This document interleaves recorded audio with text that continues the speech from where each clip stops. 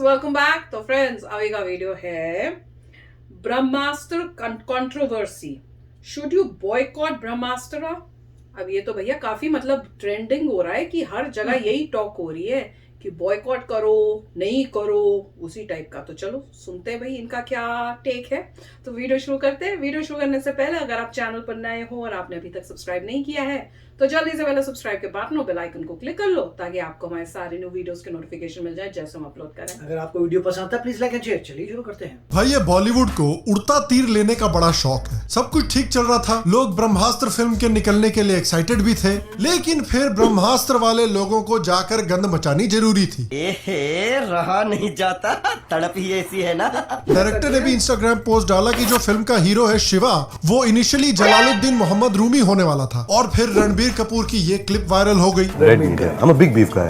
तो ऑब्वियसली लोग नाराज हैं। बॉयकॉट ब्रह्मास्त्र ट्विटर पे ट्रेंड हो रहा है। तो क्या ब्रह्मास्त्र को भी लाल सिंह चड्ढा वाली ट्रीटमेंट देनी चाहिए? आइए बात करते हैं मैं और आप।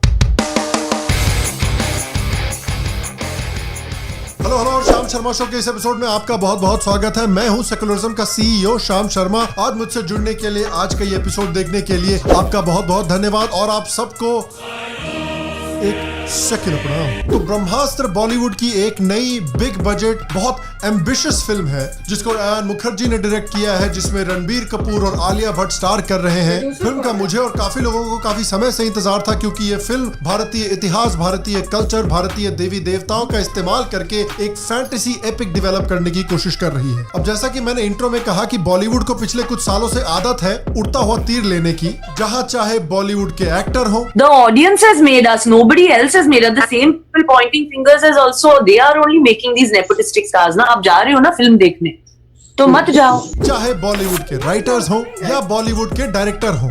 हम लोग ना हमें भी ट्विटर पे ट्रेंड होना, बॉयकॉट कैसे, बॉयकॉट तब से, बॉयकॉट दोबारा। अपनी फिल्म रिलीज होने के पहले उल्टे सीधे कमेंट कुछ मार देंगे। मेन प्रॉब्लम है कि लोगों के पैसे नहीं है खर्च करने को। इकोनॉमिक्स, पनीर पे तो जीएसटी दे रहे हो। ये क्या बकवास कर रहा है? पहले तो इन कमेंट से उनकी फिल्म को एक्स्ट्रा पब्लिसिटी मिलती थी, लेकिन पिछले कुछ सालों में इन कमेंट से उनकी फिल्म को नुकसान हो रहा है और लगता है कि जो लोग ब्रह्मास्त्र फिल्म से जुड़े हुए हैं वो भी यही गलती कर रहे हैं। क्योंकि देखिए, इस फिल्म में मुझे कुछ गड़बड़ लग रही है। एक तरफ तो फिल्म के डायरेक्टर कह रहे हैं कि इस फिल्म को हिमालय की जो स्पिरिचुअल धार्मिक एनर्जी है उससे इंस्पायर किया गया है। हमारे पहाड़ों में जो एनर्जी है, जो स्पिरिचुअलिटी महसूस होती है, उसका मेरी जिंदगी पे बहुत ही गहरा असर रहा है और मैं मानता हूं कि उसी एनर्जी से ब्रह्मास्त्र के विजन का जन्म हुआ। ये कहते हैं कि इस फिल्म की आत्मा भारत का इतिहास और भारत का कल्चर है, लेकिन इस फिल्म की नींव हमारी संस्कृति, भारत की पौराणिक कथाएं और हमारी स्पिरिचुअलिटी से प्रेरित हो। लेकिन ये कहने के बावजूद इन्होंने हाल में ही इंस्टाग्राम पर पोस्ट किया था जिसमें ये कह रहे थे कि हीरो जो है हमारा जलालुद्दीन मोहम्मद रूमी से इंस्पायर्ड है। फिल्म का इनिशियल नाम ड्रैगन होने वाला था, जिसमें हीरो रूमी से इंस्पायर्ड कैरेक्टर होने वाला था। जो फिल्म के गाने भी बनाए गए हैं उनको भी अगर आप देखेंगे तो लगता है कि किसी रूमी टाइप कैरेक्टर को दिमाग में रखकर बनाए गए हैं। रामलीला वाला गाना भी सूफियाना शब्द से शुरू होता है। तो यार बड़े कंफ्यूजिंग मैसेजेस भेज रहे हैं हमको डायरेक्टर साहब। कहना क्या चाहते हो? कुछ लोगों का मानना है कि डायरेक्टर ने और फिल्म के पीछे जो लोग हैं उन्होंने फिल्म की स्टोरी पुलवामा के टेरर अटैक के बाद बदल दी। प्रैंक हो गया आपके साथ। उनको शायद लगा कि पुलवामा के बाद इस तरह की फिल्म बनाना इंडिया को पसंद नहीं आएगा। यहाँ पर देखिए दो ऑप्शन हो सकते हैं। ऑप्शन नंबर 1 है, शायद इनको लगा कि हाल में ही ऐसी फिल्में निकल कर आई हैं जो इंडिया के कल्चर को गले लगाती हैं, इंडिया के कल्चर को इस्तेमाल करके अच्छी स्टोरीज बताती हैं, ये फिल्में भी काफी सक्सेसफुल हुई हैं, तो इस तरह की फिल्म बनाई जाए। और ऐसी फिल्में जो इंडिया के कल्चर को गालियां देती है, इंडियंस को गालियां देती है, इंडिया को गालियां देती है, वो फिल्में काफी फ्लॉप हो रही है, तो उस तरह की फिल्म ना बनाई जाए। डायरेक्टर साहब कहते हैं कि ब्रह्मास्त्र में हमारे हीरो को ऋषि मुनियों से पावर मिलती है। महान ज्ञानी ऋषि मुनि हिमालय की शरण में घोर तपस्या कर रहे हैं और उनकी इस कड़ी तपस्या से उन्हें मिलता है एक वरदान। ऋषि मुनि सारे अस्त्रों और ब्रह्मास्त्र की रक्षा करने का वचन लेते हैं और पुरानी स्टोरी के मुताबिक अगर हमारे हीरो रूमी साहब होते तो उनको पावर कहाँ से मिलती? आसमानी किताब से? कहीं ऐसा तो नहीं कि इन्होंने रियलाइज किया कि अगर रूमी और आसमानी किताब को बहुत ज्यादा इस्तेमाल करने लगे फिल्म में तो कहीं सर तन से जुदा ना हो जाए। हो सकता है कि इनको हिंदू सेंटिमेंट से ज्यादा सर तन से जुदा होने की परवाह हो, क्योंकि देखिए कुछ ऐसा तो है नहीं कि इस फिल्म में जो लोग इन्वॉल्व हैं वो हिंदू कम्युनिटी से बहुत जुड़े हुए हैं। हमारे हीरो साहब दूसरे फिल्मों में हिंदुइज्म का मजाक उड़ा चुके हैं। ओम अग्रीमेंट की माँ की आकम स्वाहा, दिग्राम बाटम लगम स्वाहा। बीफ के भी बड़े शौकीन हैं। I'm a mutton, paya, beef. Red meat. I'm a big beef guy. Heroine जी की फैमिली भी कुछ अलग है नहीं। इनके पिताजी ने 26/11 के अटैक्स के लिए आरएसएस को ब्लेम किया था। इनकी फैमिली तो राणा अयूब को सपोर्ट करती है यार। और अब ये मैडम बोल रही है कि मैं नहीं पसंद हूँ तो फिल्म मत देखो। Don't watch it. And if you don't like me, don't watch me. I can't help it. Are you sure about that? अरे मैडम अपने बड़ों से सीखो। आपके बड़ों ने जो गलतियाँ की हैं उनसे कुछ सबक सीखिए। But the fact is that they shouldn't boycott this film because it's such a beautiful. थोड़ा सोच समझ के चीजें बोला कीजिए मैडम, कहीं ऐसा ना हो कि आलिया के फिल्म का दिवालिया निकल जाए। Please don't boycott this film. एक और कंट्रोवर्सी ये है कि ब्रह्मास्त्र के रिलीज होने के सिर्फ 10 दिन पहले ही KRK, जो कि YouTube पर आजकल एक काफी बड़े मूवी रिव्यू चैनल है, उनको अरेस्ट कर लिया गया है 2020 में जो उन्होंने ऋषि कपूर के बारे में ट्वीट किया था उसके ऊपर। याद रखिए कि ऋषि कपूर रणबीर कपूर के पिताजी हैं और रणबीर कपूर ब्रह्मास्त्र फिल्म के स्टार भी हैं। तो इस फिल्म के रिलीज होने के 10 दिन पहले 2 साल पुराने ट्वीट्स में KRK को क्यों अरेस्ट किया गया है, ये भी बहुत सस्पिशियस मामला लगता है। क्योंकि अगर आप देखें तो KRK आपको चाहे पसंद हो या ना पसंद हो, लेकिन उनके जो YouTube रिव्यूज हो रहे हैं फिल्मों के वो काफी इन्फ्लुएंशियल हैं। अगर आप लोग आमिर खान की फिल्म का बहिष्कार कर रहे हैं तो समझ में आता है, अगर आप शाहरुख खान की फिल्म का बहिष्कार कर रहे हैं तो समझ में आता है, लेकिन यार आप अर्जुन कपूर जैसे सुपर डुपर महाफ्लॉप हीरो की इंसल्ट कैसे कर सकते हैं? इस पिछले साल में उन्होंने जिन जिन बॉलीवुड की फिल्मों को बुरा रिव्यू दिया है उन फिल्मों का काफी बुरा हाल हुआ है। तो क्या KRK के इस अरेस्ट के पीछे बड़े बड़े बॉलीवुड की फैमिलीज का हाथ है? ये भी एक इंटरेस्टिंग सवाल है। दूसरी बात जो एक जेन्युइन कंट्रोवर्सी है वो ये है कि इस फिल्म में भी ऐसे लोग हैं जो अजमेर दरगाह ब्रिगेड के मेंबर हैं, और मैं आशा करता हूँ कि जब ये फिल्म रिलीज होने वाली हो तो जर्नलिस्ट इन एक्टर से सवाल पूछें कि आप अजमेर शरीफ जाते हैं, अजमेर शरीफ से जुड़े हुए चिश्तियों ने जिस तरह के स्टेटमेंट्स दिए हैं, जिस तरह के आतंकवाद में वो इन्वॉल्व रहे हैं, आपका उनके बारे में क्या ओपिनियन है, ये क्लियर जनता को पता होना चाहिए। एक और बड़ी इशू जो मुझे इस फिल्म से है कि रणबीर कपूर मेरे हिसाब से अच्छा चॉइस नहीं है इस फिल्म के लीड के लिए। ट्रेलर देख के लगता है कि जो हीरो का कैरेक्टर है वो एक स्टूडेंट की एज का कैरेक्टर है, यंग आदमी है। रणबीर कपूर साहब 40 साल के होने वाले इस साल और कॉलेज एज के बंदे का रोल निभा रहे हैं, लगता है JNU के स्टूडेंट है। तो मेरे हिसाब से 40 साल के आदमी के बजाय कहीं 25 से 30 साल के बीच के आदमी को कास्ट करना चाहिए था हीरो के रोल में। क्योंकि देखिए अगर ये फिल्म सक्सेसफुल होती है तो डायरेक्टर ट्रिलॉजी बनाना चाहते हैं, और ट्रिलॉजी मान लीजिए अगर 6-7 साल चल गई तो हमारे हीरो तो तीसरी फिल्म आते आते 50 साल के होने लगेंगे। कहीं JNU इनकी उम्र देख के इनको सही में डिप्लोमा ना दे दे। और इन एनी केस मुझे ब्रह्मास्त्र से ज्यादा आदि पुरुष जैसी फिल्म में ज्यादा होप है, लेकिन उसके बावजूद जो कंट्रोवर्सी इस फिल्म के आसपास उत्पन्न हुई है उसको दिमाग में रखते हुए क्या इस फिल्म का बॉयकॉट होना चाहिए? देखिए अगर आप इस फिल्म को बॉयकॉट करना चाहते हैं तो आपकी आजादी है, आप आराम से बॉयकॉट करिए। मैं इस फिल्म को एक चांस देना चाहता हूं, मैं इस फिल्म को जाकर देखना चाहता हूं, क्योंकि देखिए बॉलीवुड पिछले कई सालों से हमारे कल्चर पे तंज करता हुआ आ रहा है, डिसरिस्पेक्ट करता हुआ आ रहा है। फाइनली ऐसी फिल्में निकल कर आ रही हैं जो हमारे कल्चर का इस्तेमाल करती हैं और उनका रिस्पेक्टफुली इस्तेमाल करके अच्छी स्टोरीज बताने की कोशिश करती हैं। और अगर ब्रह्मास्त्र ने भारत के कल्चर का रिस्पेक्टफुली इस्तेमाल करके एक अच्छी फैंटेसी सीरीज बनाई है तो मैं चाहता हूं कि इस तरह की सीरीज सक्सेसफुल हो। और डायरेक्टर ने एक बिहाइंड द सीन्स वीडियो में अपनी विजन को इस तरह से एक्सप्लेन किया है।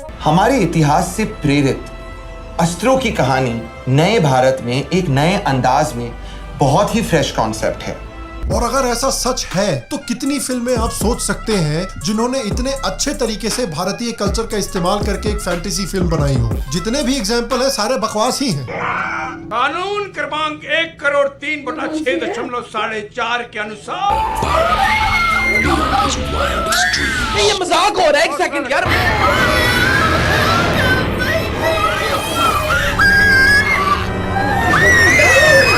तो हो सकता है कि भले ही जो लोग इस फिल्म में इन्वॉल्व है उनकी पर्सनल आइडियोलॉजी कुछ भी हो, लेकिन अगर ये भारतीय कल्चर को रिस्पेक्टफुली इस्तेमाल करके एक अच्छी फिल्म बनाते हैं तो हमें इस फिल्म को चांस देना चाहिए। क्योंकि हो सकता है कि अगर ये फिल्म सक्सेसफुल हुई तो बॉलीवुड के जो प्रोड्यूसर्स हैं वो देखेंगे कि रिस्पेक्टफुली भारतीय कल्चर के इस्तेमाल करके फिल्में बनाना इसमें काफी पैसा है, तो हो सकता है कि इस तरह की फिल्में और डेवलप हो। और यार मैं तो यार लाल सिंह चड्ढा देखकर आया हूँ।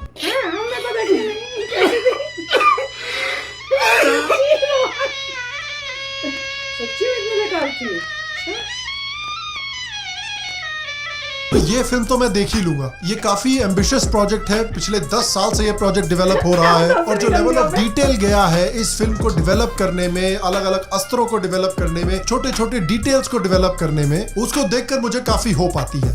प्रभास्त्र, जलास्त्र, पवनास्त्र और ब्रह्मास्त्र।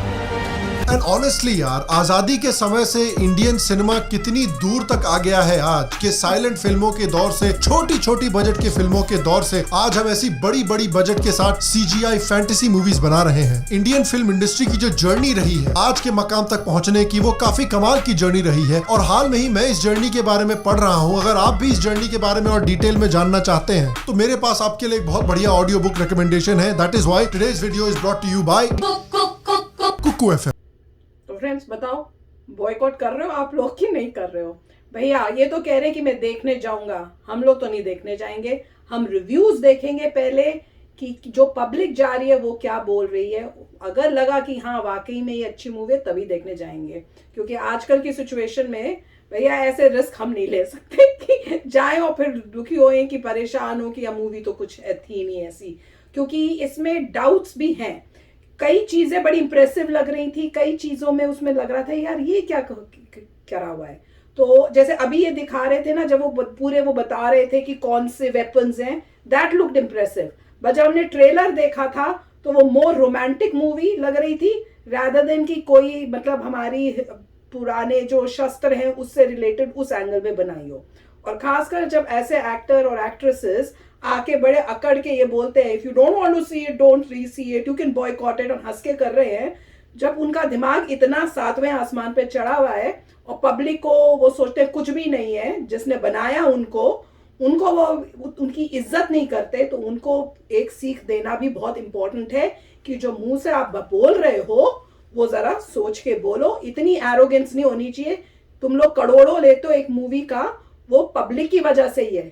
तुम्हारी 5-6 मूवियां फ्लॉप हो गई तो तुम्हारा करियर खत्म, पढ़ाई लिखाई तुम्हारे पास कुछ है नहीं, कहीं नौकरी नहीं मिलनी, तो जो तुम्हें आदत है करोड़ों खर्च करने की, ब्रांडेड चीजें पहनने की, वो हो जाएगी खत्म, सारी लैविश लाइफस्टाइल खत्म, फिर तुम लाइन पे आओगे। तो देखते हैं अब क्या होता है।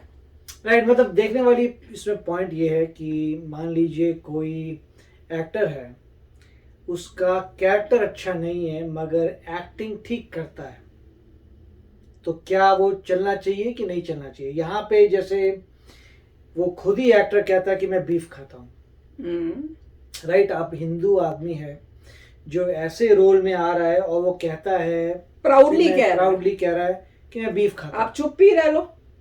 मतलब एक्टर है, कैरेक्टर ठीक नहीं है, मगर आप कह सकते हैं एक्टिंग इज ओके। मैं तो फिर एक डायरेक्टर देखते हैं, जो डायरेक्टर आपको बता रहा है कि हिमालय में जो स्पिरिचुअल जो भी चीज़ है उससे मोटिवेट होके ये मूवी बनी है, वो भी पूरा मतलब फेक ही है। मतलब ऐसे आई डोंट नो, ऐसे पॉसिबल है लाइफ में नहीं कि एक डायरेक्टर जो सिटी में रहता है, जो मूवीज डायरेक्ट करता है, वो हिमालय की स्पिरिचुअलिटी लेके आ गया और कर गया। ये अगर कोई साधु संत बोले तो आप समझ सकते हैं, साधु महाराज हैं, वहाँ तपस्या करते हैं, छोटी सी झोपड़ी में रहते हैं, अपना कार्य करते हैं, भिक्षा लेते हैं, भिक्षा खा के कर रहे हैं, तो आप समझ सकते हैं कि ज्ञानी आदमी है जिसने दुनिया को छोड़ दिया। यहाँ पे एक डायरेक्टर जो मूवीज डायरेक्ट कर रहा है, सिटी में रहता है, पार्टी में जाता है, मज़े करता है, उसको स्पिरिचुअल नॉलेज मिल गई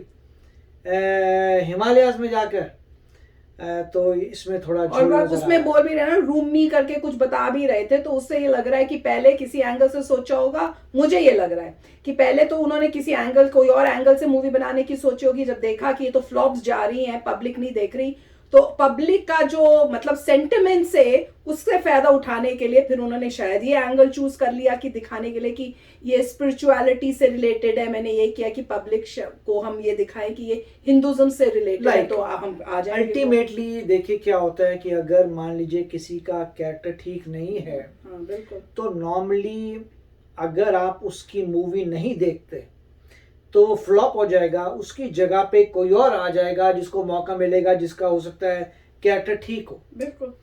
उससे क्या होगा कि एक इंजन बन गया कि जिसका उसको फिर लोगों को लगेगा, एक्टर्स को, कि देखो आपका कैरेक्टर भी अच्छा होना चाहिए, आपको काम भी अच्छा करना चाहिए। इनमें से अगर एक चीज में घपला हो गया तो आप जाएंगे। बिल्कुल। दुनिया में कितने सारे लोग हैं जो चाहते हैं एक्टर बनना, जिनमें डिजर्विंग है, क्रेडिबिलिटी है, अच्छा कैरेक्टर है, उनको मौका मिलेगा आगे आने का। अगर वो सदर्न इंडिया की मूवीज के थ्रू आते हैं, आने दीजिए। पॉइंट ये है कि लोगों को ये देखना होगा कि आप कैरेक्टर देखिए, अगर कैरेक्टर सही नहीं है तो बोलिए देखो मैं प्रमोट नहीं कर सकता ऐसा कैरेक्टर, क्योंकि अल्टीमेटली लोग बनेंगे फैन इस इंसान के जिसका कैरेक्टर बुरा है। बिल्कुल। अगर आप बोलते हैं कि मेरा ये आइडल है, आपका आइडल कैसे हो सकता है जब उसका कैरेक्टर खराब है? उसके लिए लोगों को रिस्पॉन्सिबली देखना है। तो देखेंगे इस मूवी का क्या होता है, बट ये एक ओपिनियन है। इनका ओपिनियन था कि उन्होंने क्लिप्स दिखाए थे कि कैसे एक्टर्स का कैरेक्टर ठीक नहीं है। अब आपको जज करना है। अभी तो हम लोग तो वही है कि रिव्यूज देखेंगे, अगर रिव्यूज ठीक हुए तभी जाएंगे, अदरवाइज मोस्ट लाइकली नहीं जाएंगे। और जरूर बताना कि इस मूवी का प्रोड्यूसर कौन है, क्योंकि जो मैं सोच रही हूँ क्या वही है। मैं सोच रही हूँ, जहां तक मुझे लग रहा है, मैंने कहीं पढ़ा था पर मैं 100% श्योर नहीं हूँ कि क्या इस मूवी का प्रोड्यूसर करण जौहर है। तो प्लीज शेयर जरूर करना और उसके बाद सोचना कि is this movie worth going और नॉट। तो चलो फ्रेंड्स, चलते मिलेंगे नेक्स्ट वीडियो में बहुत ही जल्द। Till then take care and bye bye. तो अगर आप मेरे इस चैनल पे नए हो तो जल्दी से सब्सक्राइब के बटन को हिट करो और बेल आइकन को क्लिक करो, ताकि आपको मेरा जब नया वीडियो मैं लगाऊं आपको उसके बारे में जल्दी से पता चल जाए।